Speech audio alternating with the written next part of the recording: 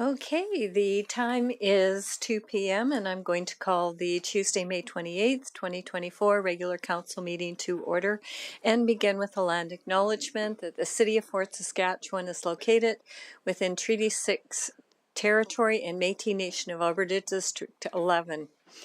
The ancestral and traditional territory of the Nihilwak, Dene, Blackfoot, Saulteaux, Nakota Sioux, and Métis, and we acknowledge the many First Nations, Métis, and Inuit whose footsteps have marked these lands for generations. It is because of our treaty relationship that we can live, work, and play on Treaty 6 territory. Thank you. All right, we have no consent items, so I will ask for approval of the May 14th, 2014 regular council meeting minutes. Councillor Abatoye. Thank you. I'll make a motion that council approves the May 14th regular council meeting minutes as presented and circulated. Okay, thank you. Were there any errors or omissions? Not seeing anyone coming on, I will close the motion. Please cast your vote.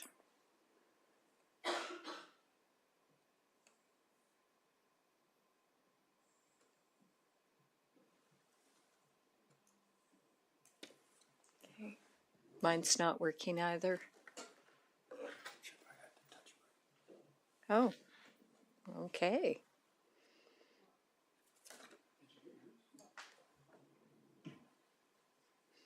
It's our new IT guy.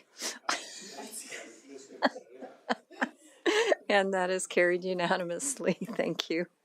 Okay, I will ask if there is anybody who wish to speak to the item on the agenda, the urban forest, and nobody is pre-registered, and there's nobody in the audience other than the people who are presenting, so we'll assume not. And we will go straight to unfinished business, urban forest protection and enhancement plan approval.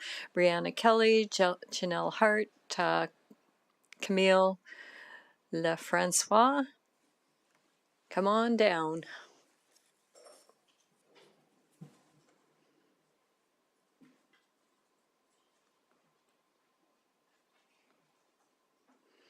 And Richard Gagnon. Welcome.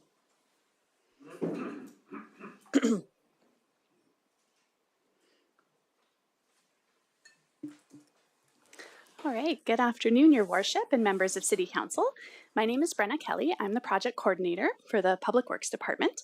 With me today is Richard Gagnon, Director of Public Works. We have Janelle Hart, our Park Services Manager. And with us virtually today is Camille Lefrancois. She's our primary consultant with Diamond Head Consulting. The purpose of this presentation is to present you with the finalized Urban Forest Protection and Enhancement Plan for adoption as a guiding document. The Urban Forest Protection and Enhancement Plan was split into phases. We presented you with the findings from the information gathering phase in September of 2023. In March, we presented you with the first draft of the Urban Forest Plan. We're here today to present you with the finalized plan, which can be found in Appendix A of your council report. Overall, the Urban Forest Plan recommends strategies to protect, replace, and introduce tree assets and policies. It also includes a vision, targets, goals, and an implementation plan that will guide how we manage our urban forest for years to come. Your feedback on the first draft of the plan was incorporated into the final version of the plan that you have with you today. Since we were here last, one new page has been added to the plan. We've included a spotlight on the work that Nutrien has been doing, the reforestation efforts that they have been doing on their land. In addition to the Urban Forest Plan, a planting plan has been created for us, and it's also been provided to you as part of Appendix A. This is new information, so we wanted to take some time today to provide a few highlights from this section of the plan. The planting plan is a multi-year operational tool that provides an overview of the planting program and will guide future tree planting efforts. It identifies planting opportunities and prioritizes them. It provides us with clear maps to help us choose planting sites for both parks and rights of way. Each map combines several prioritization factors. These are things like low tree canopy, low density, low equity, high public usage, and more. Sites with the highest priority are combined with available planting sites, and that derives each map. The planting plan also provides us with guidance on how tree planting should be done. It outlines planting objectives and details character for specific planting environments along city streets and in parks. This will ensure a cohesive, visually interesting, and beautiful city that supports biodiversity well into the future.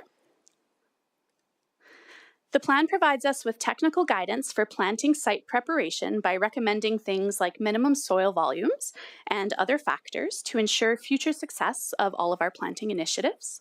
It also gives us a proposed time frame for tree planting along streets and in parks, and it puts that into a map format for us. These maps combine the prioritization factors with planting opportunities and then applies a time frame of short, medium, or long term. In addition to all of this, the planting plan also gives us a list of appropriate tree species to choose from. So we can continue to diversify what we plant to combat pests and disease and to work towards achieving the genus diversity targets set out in the Urban Forest Plan. Lastly, the planting plan provides probable cost estimates on planting different caliper-sized trees. We estimate that it will cost about $121,000 to plant 300 trees, which includes installation, watering, and maintenance for 2 years. Please note that the approval of this plan does not include financial implications at this time. Administration plans on seeking grant funding and partnership opportunities to help offset the costs. Examples of grant funding include the 2 Billion Trees program, the Green Municipal Fund, and Tree Canada grants. Partnerships with local industry will also be explored. As financing opportunities can emerge at any time during the year, any request for funding will be brought forward during regular council meetings or through the regular budget process in the fall. Once the plan is approved, the next task will be to complete our educational materials and to distribute them to the public. Then we'll work towards implementing the action items from the Urban Forest Plan and use the planting plan as an operational tool going forward. And with all that being said, administration recommends that Council adopt the Urban Forest Protection and Enhancement Plan as a guiding document. By doing so, this will fulfill our requirement to develop an urban forestry protection plan under Section 7 of the Municipal Development Plan. Great, and that wraps up my presentation. Richard, Janelle, Camille, and I are all here to answer your questions. Thank you for your time and attention today. Thank you very much for the presentation. I'll open it up for questions first. Councillor Harris. Interesting document. One thing, I didn't see anything in the document to recognize the fact that we did have an urban forest committee that planted a ton of trees along the 15 and 21 right-of-way.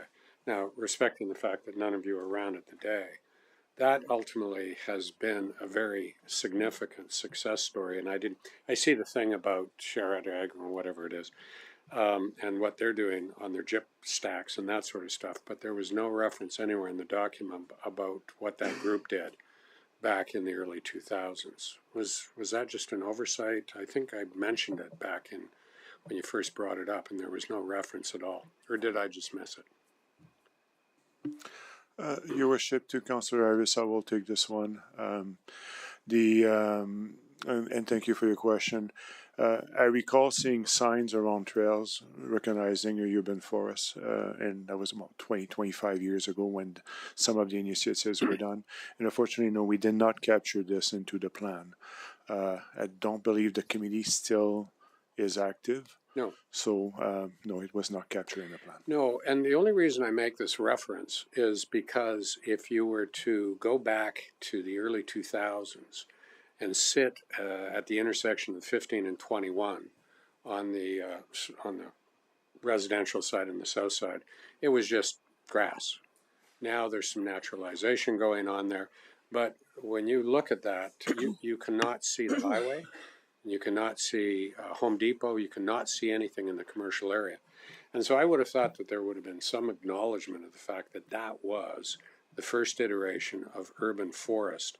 And it ultimately came about as a result of volunteer organization or group coming together, working with one of the councillors of the day. I know it's a little late to put it in right now, but I think that ultimately is an oversight, in my opinion, because that has ultimately created such a buffer between the 15 and 21 corridor and a good chunk of the homes that are in that area. And it went down as far as Wilchester? Well, sure. We're Wilshire. not debating it right now. It's just kind of Yeah, questions. I was trying to understand why that wouldn't have been acknowledged, and probably just because you guys weren't aware of it. Is that my question? Your worship, to Councillor Harris, that is right. We did not bring this forward into the plan. We did not discuss it. So Okay. unfortunately, Right. it was an That's oversight, and it's noted. Okay. I think that group did a good job, and so thank you for that response. Okay, thank you. Councillor Blissard, questions? Yeah, thanks for a very in-depth document, and thanks for the presentation. Do you ever talk to planning about, I read in the document that it mentions, the developers have to plant a tree when the new house is built, but we had somebody up recently with these small lots. So how does that work with some of these tiny lots that are now having houses on them? Through your worship to Councillor Blizzard. So currently, the planning department was involved in the conversation and exploring different ideas on that topic. The land use bylaw is currently under review with that department, and so consideration for the uniqueness of the types of lots that developers want to build, we'll look at different regulations underneath that bylaw. Okay, thanks. And I have a couple more, but I've got one more here. So the other day I was out for a walk along West River's edge, and I don't know how old these trees are, but there was certainly a whole pile that looked like they're going to need to be torn down because they're dead, they're totally dried out. Do we look at some of the trees past 2 years? What do we do with some of these trees? Do we replant one there when we find a dead one?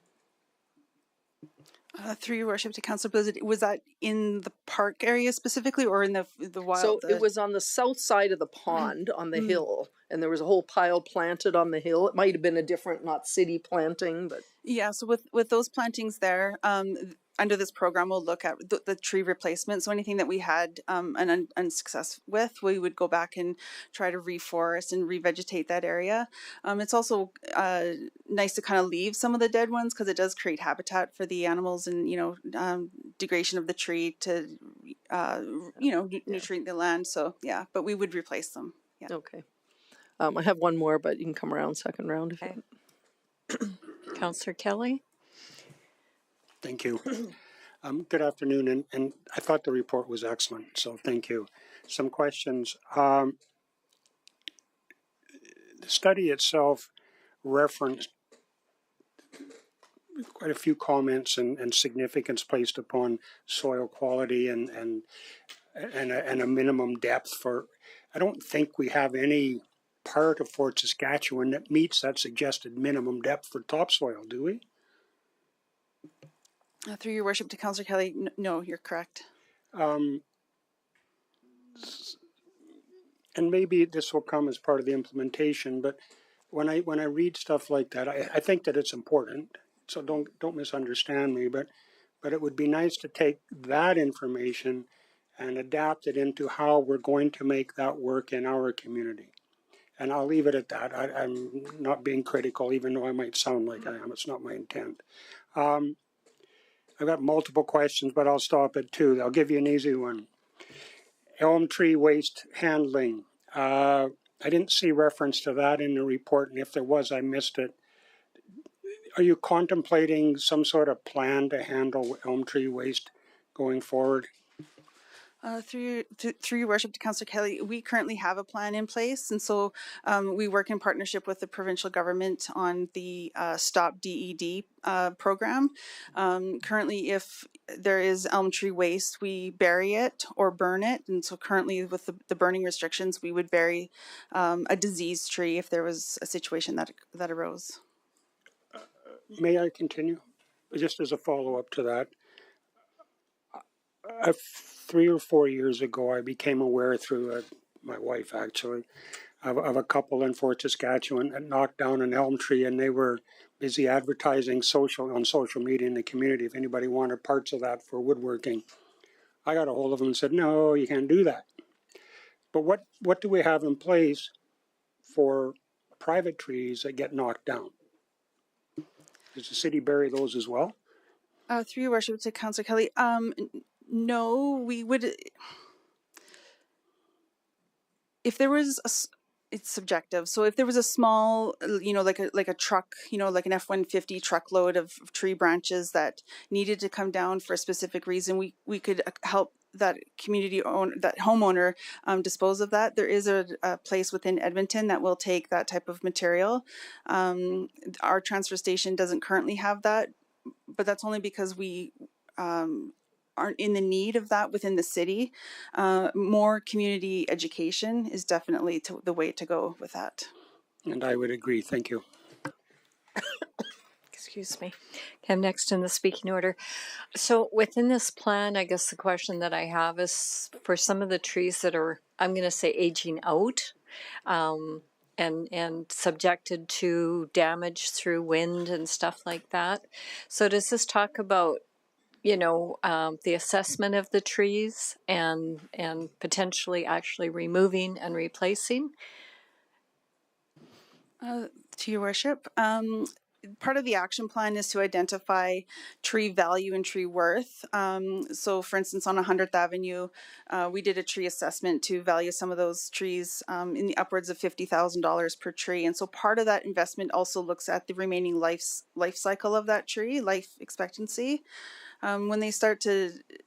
When they reach the end of their life and they're nearing to come down, we would anticipate planting smaller trees within that area so that when it does come down, there's not a big void. But that would come within the action plan itself. Okay.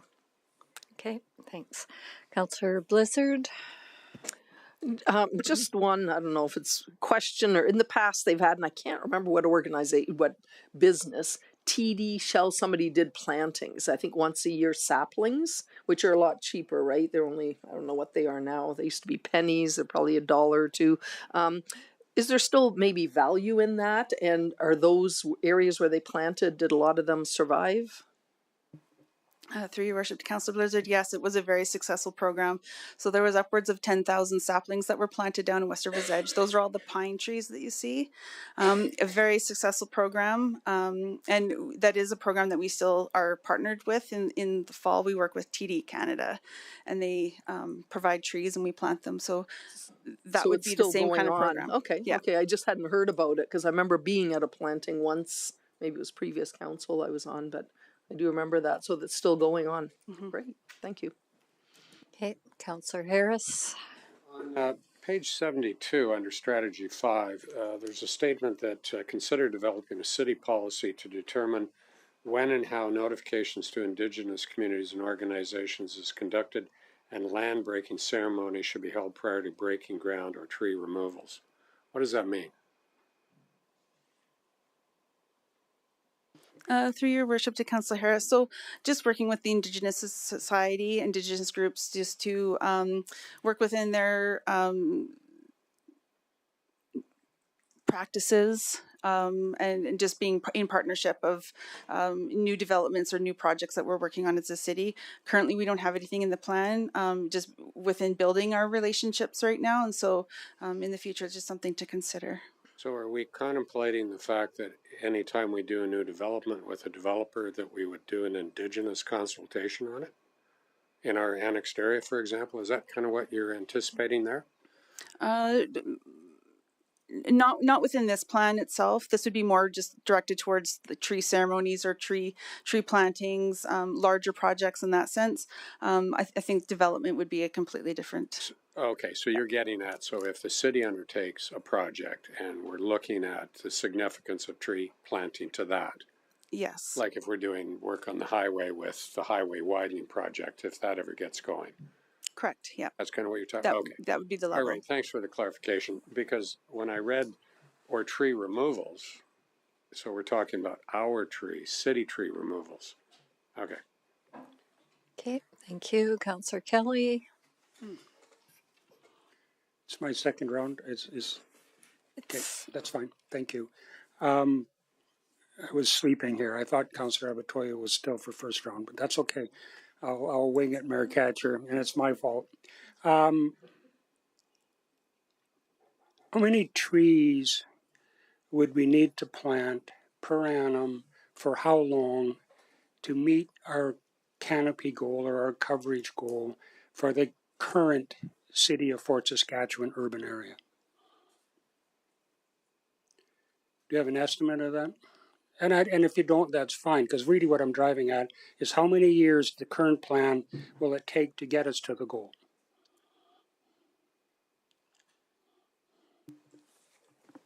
Your worship, to Councillor Kelly, I'll just need to go into the plan, and because there's some specific numbers that was shared with us per year about I recall 1,650, including us planting trees and developers planting trees and all those things.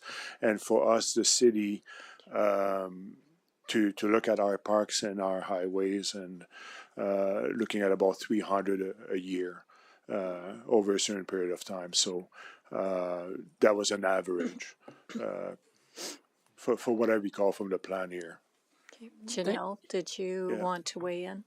Your Worship, I'll just add, since I have the page open, Mr. Gagnon is correct. The total number would be 1,650, but the city would be planting 300 trees a year.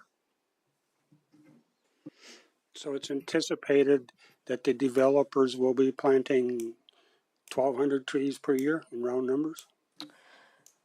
Through your worship, the developers would have a large contribution, but there would also be private landowners that would be planting within those numbers as well. I have comments on that, but I have to wait till the motion. Thank you. Okay, thank you. Councillor Abatoye. Thank you for your presentation. I also really appreciate how you carried the Indigenous community along with your plan. But my question is about the private lands. And I'm asking this question because I remember many years ago, someone had asked me about planting trees at the back of their house because they back onto a pond, and if that will be allowed. So my question is, under this plan, will there be that ability to be able to plant a tree behind your their house for beautification?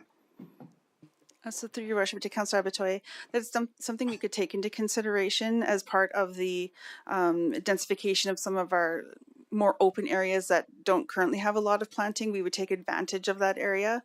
But as for private residents specifically planting behind their home on public land, we would discourage that, but it's something that we could look at through a program or that kind of thing. Sounds good. Thank you very much.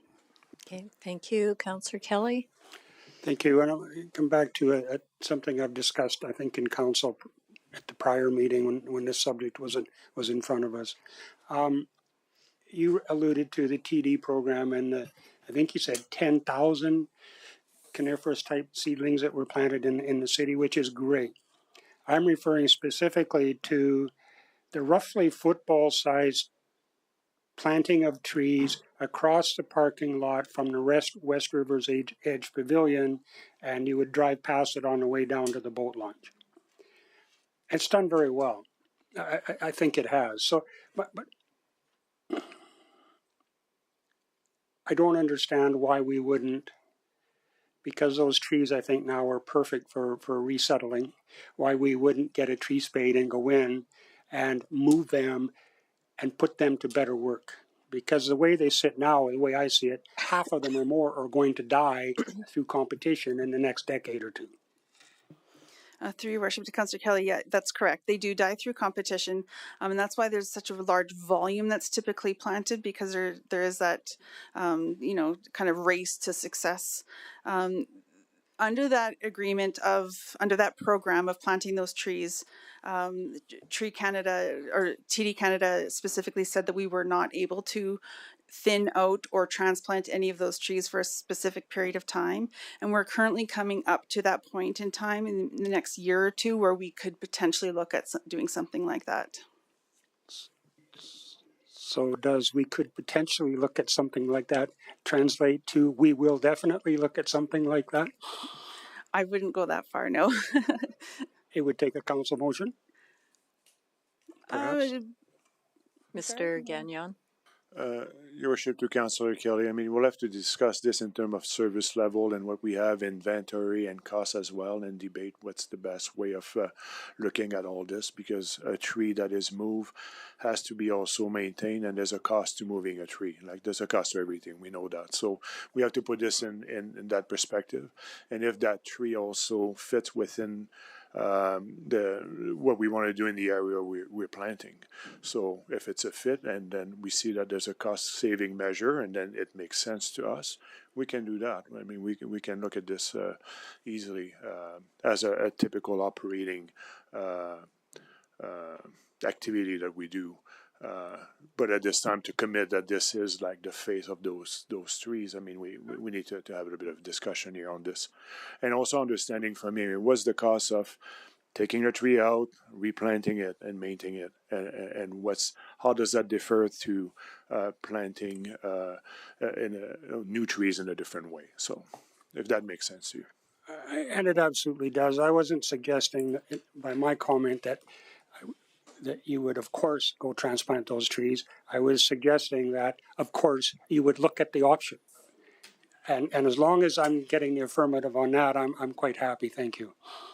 Okay, thank you. That looks like all the questions. So what is the wish of council? Councillor Blizzard. I'll just make the motion. Okay, go ahead. I'll make a motion that council adopt the Urban Forest Protection and Enhancement Plan as a guiding document. All right, thank you. Would you like to speak to it? Yeah, and speaking to that, I think it's a very detailed, in-depth plan that looks good for our long-term plan for an urban canopy.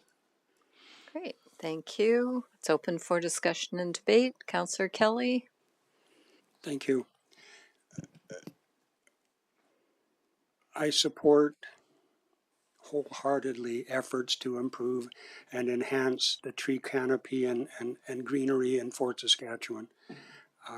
I would support, I believe, an increased budget to do that. And I honestly think, and I don't have the numbers, this is playing in my brain, that the current plan will take generations to cover the existing Fort Saskatchewan. I understand you're trying to operate within strict budget requirements, and I fully appreciate that. I just would like to think that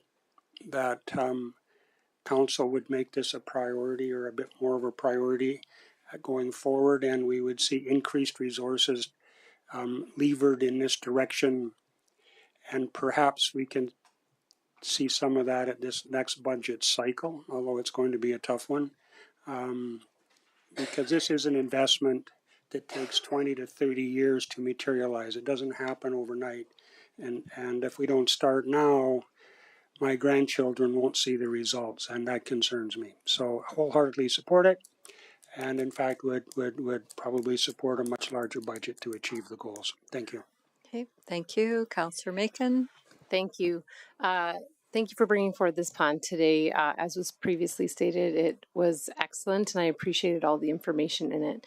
I'm definitely a huge supporter of trees and communities, and something that when I fly over or I'm in other municipalities, I'm always kind of looking at that. And I remember speaking to a former planner with the city, and him talking about that and the intention that has to go behind that. And it really doesn't happen without a vision to prioritize trees in a community and an investment in a plan that will actually see that through. So I'm very excited for this to move forward, and it does so with my full support. Thank you. Okay, thank you. Councillor Harris. Yeah, I think that there's nobody up here that doesn't support the concept of tree planting and the benefits that ultimately we derive from that. You know, I had a chance back when I was going to university to work for the City of Lethbridge Parks Department, and we planted thousands of trees in West Lethbridge, which was a prairie. And if you go down there now to West Lethbridge on the west side of the University of Lethbridge, you will see a significant urban forest in the city parks. And that ultimately came about as a result of a significant commitment of the City of Lethbridge to plant effectively in a prairie environment so that their canopy would grow over time. And that's many years ago. And so in consideration, I guess, of what Councillor Kelly was getting at, I would wholeheartedly support a conversation at the budget where we talk about an appropriate way to advance this methodology so that we can work cohesively to do that.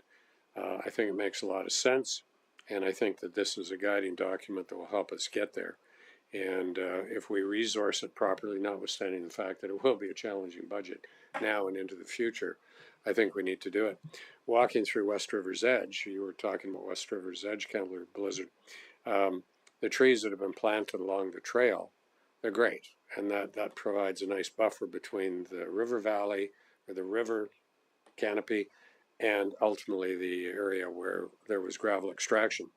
And I think seeing that whole area inhabited by groves of trees, clusters that ultimately make it an interesting area. I think that is, in my opinion, one of the major areas we need to focus on, because that is such a beautiful area. And right now it's just inhabited by a bunch of wild grass.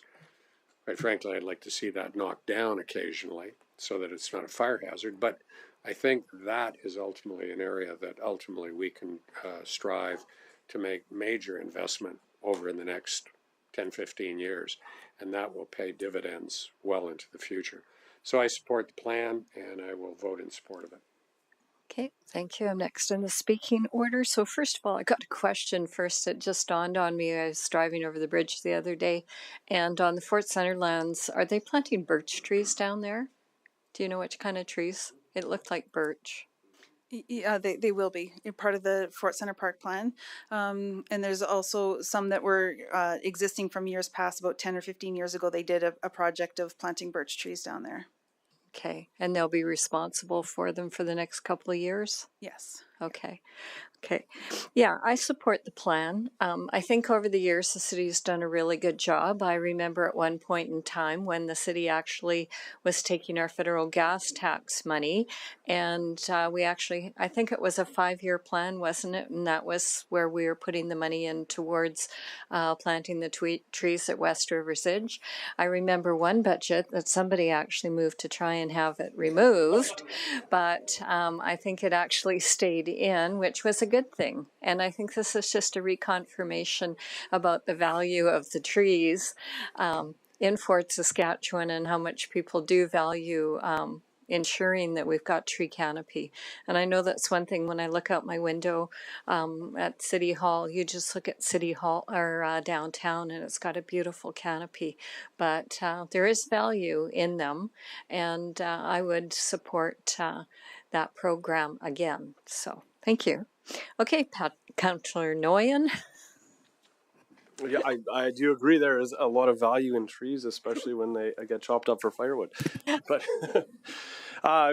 joking aside, I just want to commend the effort that went into the process to create this plan, and also the consultant was extremely knowledgeable. I think he chose the right person to go with. I see you're online there. But I learned a lot myself. It was great to see the LiDAR images of Fort Saskatchewan, and just reflecting on when I drive around to different towns or maybe developed areas of Edmonton. It's always the trees that make the character of the neighborhood. If that's residential or even in commercial spaces, they can really change the landscape and the geography. So I think the investment in this plan and adopting it is obviously it's something that I'm going to support, and I look forward to seeing our future work around Fort Saskatchewan. It's great seeing these new pockets come up, like Fort Centre Park happening right now, and then in other areas, and kind of took for granted the trees that were planted at Highway 15 and 21. But you always look at them and you see how beautiful they are, and that could be something totally different. So I think it's a real asset to our city. So keep up the good work. All right, great, thank you. It appears to be all. Councillor Blizzard, anything on close? Yeah, just one comment on close is there's also value in open field. So as much as I like forests, I also find I live near William Casey Park, which has a great big area that is just an open field. And it's not like it's used a ton, but there are times where someone will play touch football. I would hate for all our open spaces to be just soccer fields, baseball diamonds, all planned. It is still valuable to have a field that is just there. So if kids want to run around and have a game of tag or whatever, it's still there. So planting is good, but we also need to make sure that we allow some open fields for different things. Thank you. Thank you. The motion is now closed. Please cast your vote.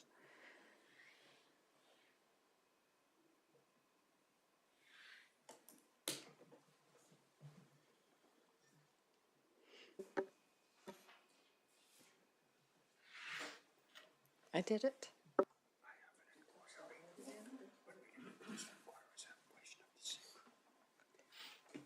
And that is carried unanimously. Thank you very much. Thank you for the presentation and great work. All right. Next item, any notice of motions? And I do have one that I'm going to put on. And I put this on because I was out with the disc golf people again on the weekend. At the June 11th council meeting, I will bring forward the following motion. That City Council direct administration to assess the feasibility, location, and costs associated with construction of a permanent disc golf course, including minor stakeholder engagement, and return to City Council with a report by the end of Q3 2024. And that has been submitted to Ledge Services. Are there any other notice of motions? Okay, not seeing any. Any points of interest? Councillor Harris? Just an update.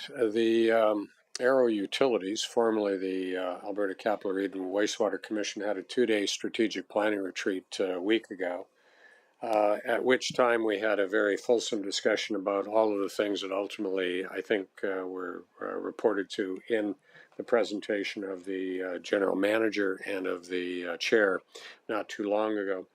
And so we have identified an action plan to make significant changes and improvements in our policy framework and structure, and in our overall process to ensure that the organization is moving forward in the strategic context.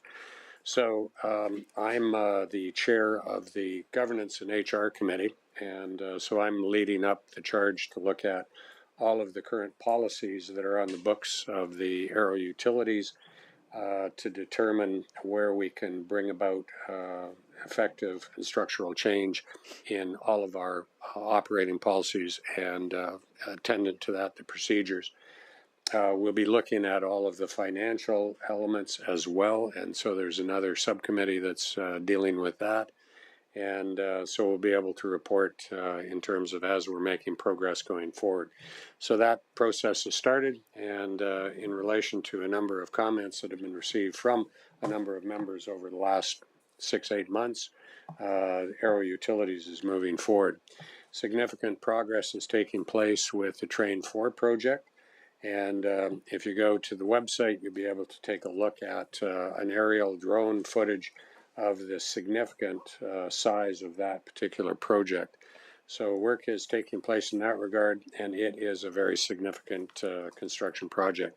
So that's all taking place, and it's moving forward in an appropriate manner, I believe. So that's just an update as to what's happening at Arrow. Okay, thank you. Councillor Blizzard. I just wanted to mention that I went on it was the River Valley Alliance, the Community Engagement Committee, which is a subcommittee of the RVA. They hosted a walk at West River's Edge, and there was about 40 people that took part. And we walked through the Fort Prairie and saw some of the different plants there. And there was people, some of the committee members are from Spruce Grove. Well, they were from all the 6 municipalities that are part of the RVA, and they were quite impressed with the whole area. They had a little bit of an art drawing thing afterwards, and they had a little bit of an art display, and it was quite nice. They were quite impressed with our area, so it was quite a successful event for them. Great, thank you. And this is a great opportunity for anybody who sits on any committees to give any updates, anything that might be informative. So that's appreciated. Okay, not seeing any others. Councillor inquiries. Councillor Kelly. Thank you. I maybe should have just made this comment while our parks people were up in front of us, but Richard just walked back in the room. Perfect. Just a small. I was going to send this into Fort Report. It's relatively new to me. The Henderson Playground in South Fort, outside the boundaries of the playground, there's a perimeter of ash trees, or I don't know, elm trees, I can't tell, but roughly 10 yards outside the perimeter, and maybe half a dozen or 8 of them. I assume it's wildlife, but just about all the bark on all of the trees has been stripped. And I'm not sure that the trees will survive. It might make sense to go pay them a fairly quick visit. I did note while I was walking through them, this is all with our granddaughter 2 days ago, that the trees along the boulevard in that area all have wire mesh up approximately 36 inches off the ground, and the ones within the park area do not. And like I said, it would be a shame to lose them, but I fear that the damage is already to the point where we will lose them, so it would make sense to go look at them, and I'll leave it in your capable hands. Thank you. Okay, thank you. I've got two questions. First one is, do we know when the Leslie McMillan sign is going to go in at their park? We got any idea? I know they said the spring when we... To you, Your Worship, the hope was to have the sign in place in the spring. However, the quotes came in higher than we had hoped. So we are working with the designer to come up with a more affordable option. Okay, thank you. And second one, I talked about this one last year. I know it got put into the strategic plan. Derelict properties. When are we going to have something on derelict properties? Correct. Derelict properties was added into the strategic plan, and it's being built into the work for the downtown development strategy. So that one hasn't progressed too far along yet, but it is on the horizon, and it's been built into a work plan. Okay, but no time frame. The downtown development strategy is a 2-year project, so it's within that 2 years. I can work with ECDEV to get a more accurate estimate. So I guess the question is downtown the only place that's got derelict properties? To Your Worship, that's a great question. We had assumed that it would focus on the downtown, but that is something that we can take away and discuss. Okay, thanks. All right. Any other councillor inquiries? If not, I'll take a motion to go in camera. Councillor Harris? I move that council move in camera to discuss matters as provided under the FOIP legislation. Okay, thank you very much. I'll close the motion. Please cast your vote.